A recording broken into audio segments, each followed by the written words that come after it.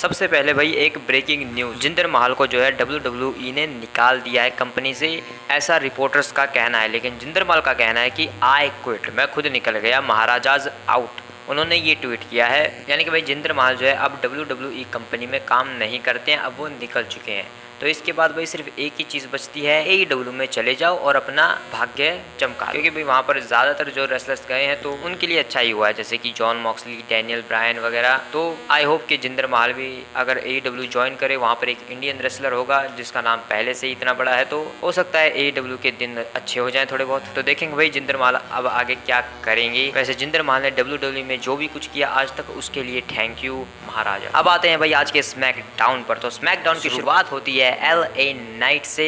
और फिर आते हैं AJ स्टाइल्स, क्योंकि शो के ऊपर पहला मैच ही होता है LA night versus AJ styles. जो जीतेगा वो लड़ेगा बैकलैश में कोडी रोड्स के अगेंस्ट अनडिस्प्यूटेड WWE चैंपियनशिप के लिए। जी हाँ, WWE चैंपियनशिप यूनिवर्सल हटा दिया गया है। लेकिन इस मैच की बात करो तो भाई कमाल का मैच होता है भाई। रेसलमेनिया में तो जो मैच हुआ था, या तो वो स्पॉटलाइट की वजह से ढक गया था कि वहाँ पर और भी चीज़ें बड़ी हुई, उस वजह से शायद उसके ऊपर नजर नहीं गई। लेकिन भाई स्मैकडाउन पर जब ये मैच हुआ है तो काफ़ी बेटर भाई। LA नाइट की तरफ से हमें वो बेटर सुप्लेक्स देखने को मिला टॉप रोप से जो करते हैं। AJ स्टाइल्स की तरफ से भाई टॉप रोप से वो रिवर्सल DDT, और उसके बाद जब एंड में AJ स्टाइल्स फिनोमिनल फोरआर्म के लिए जाते हैं तो LA नाइट कर देते हैं रिवर्सल और सेम रेसलमेनिया वाला सीन क्रिएट करने की कोशिश करते हैं, लेकिन नाकामयाब। यहाँ पर उसके बदले वो लगाते हैं एक स्लैम, उसके बाद अपना सिग्नेचर मूव, और फिर वो जाते हैं BFT के लिए कॉल इन करते हैं। लेकिन इस बार AJ स्टाइल्स सतर्क थे और वो जो है रिंग से बाहर चले जाते हैं एप्रन के ऊपर।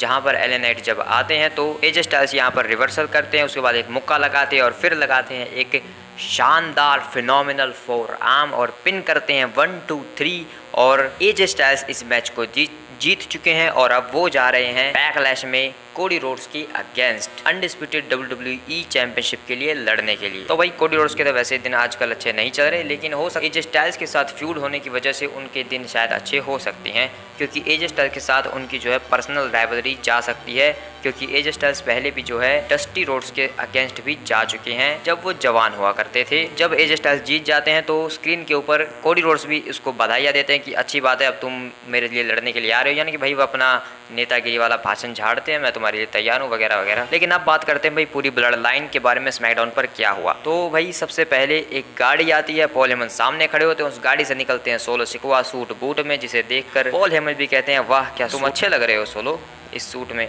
तभी पीछे से तामा तोंगा भी आ जाते हैं और उसके बाद सोलो सिकवा जो है तामा तोंगा के गले लगते हैं और फिर पॉल हेमन से पूछते हैं कि क्या केविन ओवेंस स्मैकडाउन पर है। तो पॉल हेमन कुछ कहने वाले होते हैं, लेकिन फिर डरा कर पूछते हैं सोलो सिकवा क्या केविन ओवेंस स्मैकडाउन पर है या नहीं। तो पॉल हेमन कहते हैं हड़बड़ाहट में कि हाँ वो अंदर ही होगा, मतलब स्मैकडाउन है तो वो अंदर ही होगा ना, हाँ चलो चलो ढूंढते हैं उसे, आ जाओ। तो सोलो कहते हैं हाँ मुझे उसके पास ले चलो। लेकिन काफ़ी टाइम तक ढूंढते हैं और पॉल हेमन आकर फिर सोलो को कहते हैं कि मुझे नहीं मिला वो केविन ओवेंस यहाँ पर नहीं। और सोलो फिर जो है रिंग की तरफ जाने लगते हैं, लेकिन पीछे से पॉल हेमन चिल्ला कर उसे रोकते हैं और उसे कहते हैं कि देखो तुम ये जो भी कुछ कर रहे हो, हाँ तुम ये सब करना था तुम्हें, लेकिन अब सही समय नहीं है। अभी जो असली ट्राइबल चीफ है वो कोई और है, तुम नहीं हो, तुम अभी कंट्रोल नहीं कर सकते ये सब। सोलो सिकवा फिर से भाई यहाँ पर पॉल हेमन को डरा देते हैं और फिर पॉल हेमन पूछते हैं कि क्या तामा तोंगा भी तुम्हारे साथ आ रहा है। सोलो सिकवा अंगूठा दिखाते हैं और वो कहते हैं कि वो मेरा MFT है और एक नया ब्लड लाइन मेंबर। उसके बाद सोलो सिकवा जो है रिंग में एंटर करते हैं, अरीना के अंदर आते हैं और यहाँ पर जो है पॉल हेमन अपना प्रोमो कट करते हैं अपने स्टाइल में, कहते हैं कि मेरा नाम है पॉल हेमन और मैं बस ये कहना चाहता हूँ कि यहाँ पर जो भी पॉलिटिक्स चल रही है ब्लड लाइन के खिलाफ अंदर लॉकर रूम में, वो बिल्कुल भी सही नहीं है और मैं इसके खिलाफ आवाज उठाऊंगा। लेकिन यहाँ पर तभी वही वी वांट रोमन के चैंट्स लगने लगते हैं, पूरा अरीना वी वांट रोमन के चैंट्स लगाता है और फिर पॉल हेमन जो है इमोशनली होकर कहने लगते हैं कि मैं भी जो है रोमन रेंस को, मैं भी जो है वो कहना चाहते थे कि भाई वो भी जो है रोमन रेंस को यहाँ पर चाहते हैं, तुम सबसे ज़्यादा वो यहाँ पर रोमन रेंस को देखना चाहते हैं, लेकिन वो नहीं आ रहे हैं। लेकिन इतना कुछ कहने से पहले ही सोलो सिकवा माइक छीन लेते हैं पॉल हेमन से। उसके बाद बहुत सारी गालियाँ खाते हैं सोलो सिकवा पूरे अरीना से, लेकिन किसी तरीके से चिल्लाकर कहते हैं कि ये अब मेरी चीज़ें हैं, अब मैं सब कुछ संभालूंगा। और तभी भाई यहाँ पर केविन ओवेंस जो है एंट्रेंस के ऊपर नीचे गिरे हुए मिलते हैं और पीछे से तामा तोंगा आते हैं और और केविन ओवेंस की बजाने लगते हैं बुरी तरीके से। और भाई यहाँ पर जो है केविन ओवेंस को पहले से ही ब्लड निकले हुए होते हैं, उनके सर से खून बह रहा होता है भाई। और तामा तोंगा जो है उसके ऊपर से चलकर जो है रिंग के अंदर चले जाते हैं और जितने भी ऑफिशियल्स हैं, जो रेफरीज हैं, वो केविन ओवेंस को उठाकर जो है बैक स्टेज ले जाने लगते हैं। और अंदर आकर भाई सोलो सिकोआ, तामा तोंगा ब्लड लाइन का साइन करते हैं, लेकिन केविन ओवेंस ये सब देखकर काफी गुस्से में हो जाते हैं और वो वापस आते हैं भाई भागे भागे और तामा तोंगा को नीचे खींचते हैं, तामा तोंगा के ऊपर अटैक करते हैं, लेकिन सोलो सिकोआ आ जाते हैं और केविन ओवेंस को जो है स्टील स्टेप्स के ऊपर फेंक देते हैं। उसके बाद रिंग के अंदर ले जाते हैं सोलो सिकोआ केविन ओवेंस को, लेकिन रिंग में जाने के बाद केविन ओवेंस जो है पलटवार करते हैं तामा तोंगा के ऊपर। यहाँ पर बहुत सारे गार्ड्स और ऑफिशियल्स आ जाते हैं इन दोनों को रोकने के लिए, जिसका फायदा उठाकर सोलो सिकोआ समन स्पाइक लगा देते हैं। उसके बाद तामा तोंगा फिर से धोने लगते हैं केविन ओवेंस को और ऑफिशियल्स इन्हें फिर से अलग करते हैं और तामा तोंगा यहाँ पर चेयर लेकर आ जाते हैं, लेकिन इस बार यहाँ पर निक ऑल्डिस आ चुके थे, तो सोलो सिकोआ जो है तामा तोंगा को रोक लेते हैं, चेयर छीनते हैं और उसे नीचे फेंक देते हैं रिंग के। इसके बाद सोलो सिकोआ और तामा तोंगा जो है वो चले जाते हैं यहाँ से और अपना ब्लड लाइन का साइन करते हुए, अपना खौफ दिखाते हुए यहाँ से रिंग से जाने लगते हैं। और सोलो सिकोआ जो है सबको वो ब्लड दिखा रहे होते हैं कि देखो मेरे हाथ पर लगा हुआ है वो और मुझे काफ़ी अच्छा लग रहा है। और यहाँ पर वो पॉल हेमन को भी डराते हैं और फालतू में भाई पॉल हेमन नहीं करना चाहते वो साइन, लेकिन वो ब्लड लाइन का साइन करते हैं सोलो सिकोआ के साथ। तो भाई केविन ओवेंस को तो भाई बुरी तरीके से धोया है भाई यहाँ पर, और पहले से ही उनको ब्लड निकाल के लाए थे यहाँ पर तामा तोंगा, बुरी तरीके से धोया है भाई। लेकिन वो कैसे हुआ अब यहाँ पर हमें पता चलता है।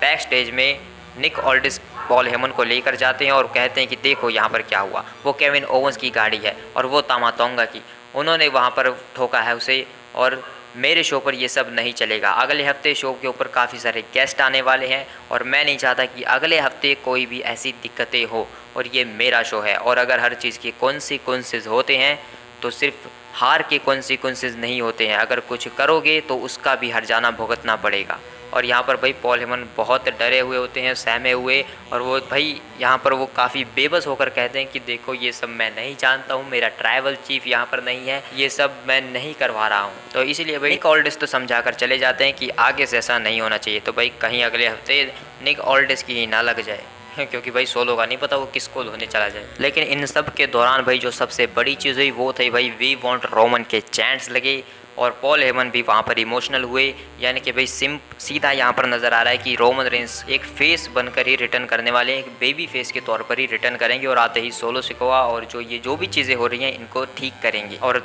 पॉल हेमन इन सब में बिल्कुल भी इन्वॉल्व नहीं है, ऐसा नजर आ रहा है फिलहाल। वेल इसके बाद निक ऑल्डिस जो है, यानी कि भाई शो के ऊपर एक बार निक ऑल्डिस जो है वो रिंग के बीचों बीच भी आते हैं और यहाँ पर जो है वो ट्रिपल एच को इनवाइट करते हैं, रिंग के अंदर बुलाते हैं। और जब ट्रिपल एच यहाँ पर एंट्रेंस कर रहे होते हैं तो हमें यहाँ पर अंकल हाउडी का टीज देखने को मिलता है। इसके बाद जो ट्रिपल एच है वो रिंग के अंदर आते हैं और निक ऑल्डिस और एडम पियर्स दोनों की ही तारीफ करते हैं और ड्राफ्ट भी होने वाला है उसके बारे में भी बताते हैं। और उसके बाद अब वो अपना मेन चीज़ स्टार्ट करते हैं। इस वजह से निक ऑल्डिस जो है यहाँ पर स्मैकडाउन टैग टीम चैंपियंस को बुलाते हैं, क्योंकि यहाँ पर हमें एक नई टैग टीम, स्मैकडाउन की नई टैग टीम चैंपियनशिप देखने को मिलने वाली है। लेकिन भाई ऑस्टिन थ्योरी और ग्रेसन वॉलर यहाँ पर गड़बड़ कर देते हैं, क्योंकि वो जो है ट्रिपल एच के मज़े लेने लगते हैं। भाई कहते हैं कि हमने सुना है कि तुम जादू करो, तुम यहाँ से कुछ निकालने वाले हो, तो जल्दी जल्दी से एक बेहतरीन जादू करो और हमें एक नए टाइटल्स दे दो। और ट्रिपल एच भी कहते हैं कि हाँ मैं जादू करूँ, देखो अभी जादू 1 2 3 और देखो तुम्हारे नए नए टाइटल्स। मतलब इतने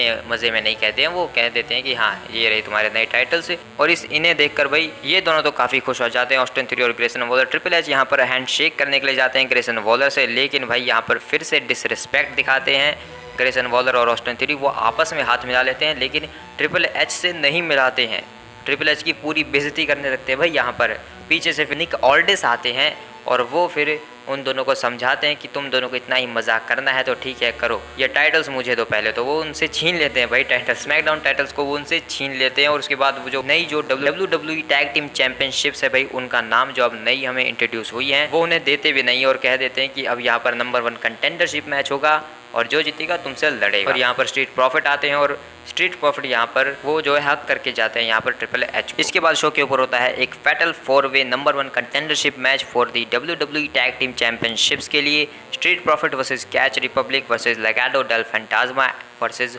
ऑथर्स ऑफ पेन, जिस मैच को भाई हमारे चैंपियंस जो है वो देख रहे होते हैं और उन्हें अपनी चैंपियनशिप मिल चुकी है। यहाँ पर क्या करेंगे भाई, निक ऑल्डिस भी देनी ही पड़ेगी, चैंपियन जो हैं वेल इस मैच में भाई काफ़ी बढ़िया हमें स्पॉट्स देखने को मिलते हैं, क्योंकि भाई इतने सारे बंदों का मैच है तो ये वाला टॉप रोप से जो सुप्लेक्स है ये चीज़ तो ऑब्वियस थी भाई कि ये देखने को तो मिलेगा ही। लेकिन यहाँ पर एक और चीज़ होती है, हुम्बर्टो कार्लो और एंजल गार्जा पीट डन को उठाकर सभी बंदों के ऊपर फेंक देते हैं टॉप रोप से ही, और उसके बाद जो है एक बढ़िया सी ड्रॉप किक भी लगाते हैं, एक टैग टीम ड्रॉप किक, लेकिन यहाँ पर किक आउट हो जाता है। इसके बाद भाई हमें एक शानदार भाई तीनों बंदे लगातार एक सिनेमैटिक रूप में यहाँ पर छलांग लगाते हैं, वो भी हर दिशा में भाई। यहाँ तुम स्क्रीन पर देख ही सकते हो उस तरीके से भाई, क्योंकि एक्सप्लेन करना मुश्किल है। वैसे एंड में यहाँ पर एंजल गार्जा जो है अपना स्प्रिंग बोर्ड मूल शॉट लगाते हैं, पिन करते हैं, लेकिन तभी मॉन्टेज फोर्ड जो है उनका जो फिनिशर है भाई वो लगा देते हैं यहाँ पर फ्रॉग स्प्लैश टॉप रोप से, और पिन तो ब्रेक हो ही जाता है। उसके साथ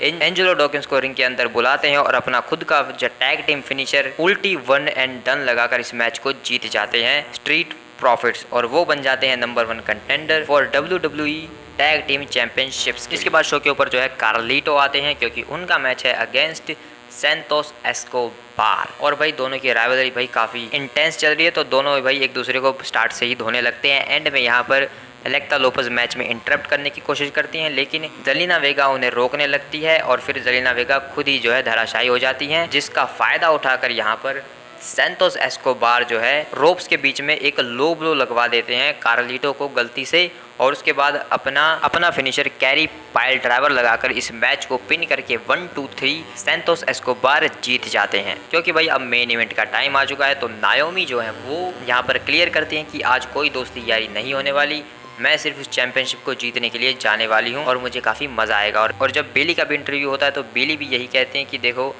मैं एक बेहतरीन चैंपियन बनना चाहती हूँ और आज रात नायोमी से लड़कर मुझे काफ़ी ज़्यादा मज़ा आएगा और मैं पूरी तरीके से तैयार हूँ। केला ब्रेक्सटन जो है यहाँ पर फिर एक और इंटरव्यू लेती हैं और वो होता है डैमेज कंट्रोल का, और डैमेज कंट्रोल क्लियर करती है कि अभी भी वो जो है डोमिनेशन में है, वो वुमेंस टैग टीम चैंपियंस है, तो तुम कैसे कह सकते हो कि वो लोग जो है डोमिनेशन में नहीं है। लेकिन तभी यहाँ पर जेट गार्गिल का संगीत बज जाता है और जेट गार्गिल और बियांका ब्लेयर भाई डैमेज कंट्रोल के बिल्कुल पास में ही आ जाते हैं, और यहाँ से हमें एक टीज़ किया जाता है कि जेट गार्गिल और बियांका ब्लेयर जो है वो वुमेंस टैग टीम चैंपियनशिप के लिए जाने वाले हैं। इसके बाद शो के ऊपर नायोमी आ जाती हैं और WWE वुमेंस चैंपियनशिप के लिए मेन इवेंट में बेली वर्सेस नायोमी का मैच होता है, जिसे डैमेज कंट्रोल और बियांका ब्लेयर और जेट गार्गिल मज़े से भाई काफ़ी ऊपर से देख रही होती हैं। वेल ये मैच काफ़ी इंटेंसली चलता है, क्योंकि दोनों एक तो फेस सुपरस्टार है, ऊपर से एक दूसरे से बड़ी भी बनना चाहती हैं, तो इस वजह से एंड में यहाँ पर रिंग साइड पर ये मैच चला जाता है और यहाँ पर बेली टू बेली सुप्लेक्स लगा देती हैं बेली अनाउंसर्स टेबल के ऊपर। लेकिन तभी यहाँ पर भाई ट्रिफनी स्टैटन आकर इस मैच को डिस्क्वालीफाई करवा देती हैं और बेली के ऊपर अटैक कर देती हैं। बेली को स्टील स्टेप्स में देकर मारती हैं, नायोमी को उठाकर पॉट्स में फेंक के मारती हैं और उसके बाद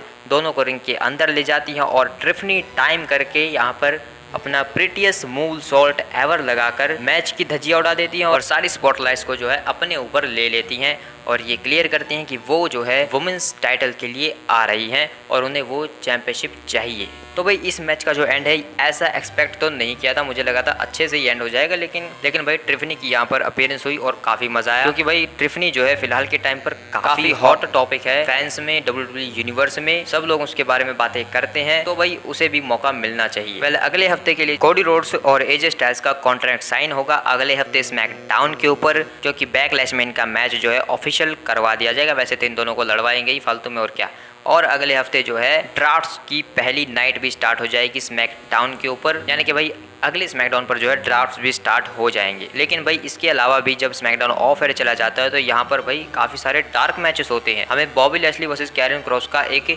स्ट्रीट फाइट मैच देखने को मिलता है, जिसमें एंड में जब कैरियन क्रॉस जो है वो किंडो स्टिक से मारने जाते हैं बॉबी लैशली को, तो यहाँ पर बॉबी लैशली रिवर्सल करते हैं और टेबल के आर पार एक स्पीयर लगाकर पिन करके मैच को जीत जाते हैं। और भाई इसके अलावा जो WWE टैग टीम चैंपियनशिप्स हैं वो भी दांव पर लग जाती है भाई यहाँ पर रे मिस्टीरियो और Dragon Lee versus Austin Theory and Grayson Waller, जहाँ पर 619 तो लगा देते हैं रे मिस्टीरियो, लेकिन यहाँ पर ग्रेसन वॉलर ऑस्टिन थ्योरी को बचा लेते हैं और उसके बाद ड्रैगन ली जो है वो ऑस्टिन थ्योरी के ऊपर कूद जाते हैं, जिसका फ़ायदा उठाकर ग्रेसन वॉलर जो है अपना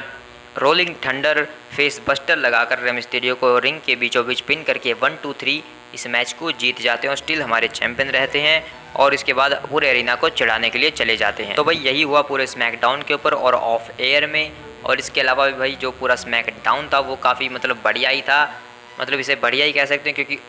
क्योंकि LA night versus AJ Styles का जो मैच था भाई वो काफ़ी बढ़िया देखने को मिला और फिर एंड, लेकिन भाई जो चीज़ें ऑफ एयर में हुई अगर वो ऑन एयर में हो जाती तो और ज़्यादा मज़ा आता भाई। पता नहीं ये चीज़ें भाई ऑफ एयर में ही क्यों करवाते हैं इतनी बड़ी बड़ी चीज़ें, कहीं टेप तो नहीं कर रहे थे अगले हफ्ते के लिए, पता नहीं भाई। तो भाई देखते हैं, मिलते हैं कि अगली किसी और वीडियो में। Bye bye.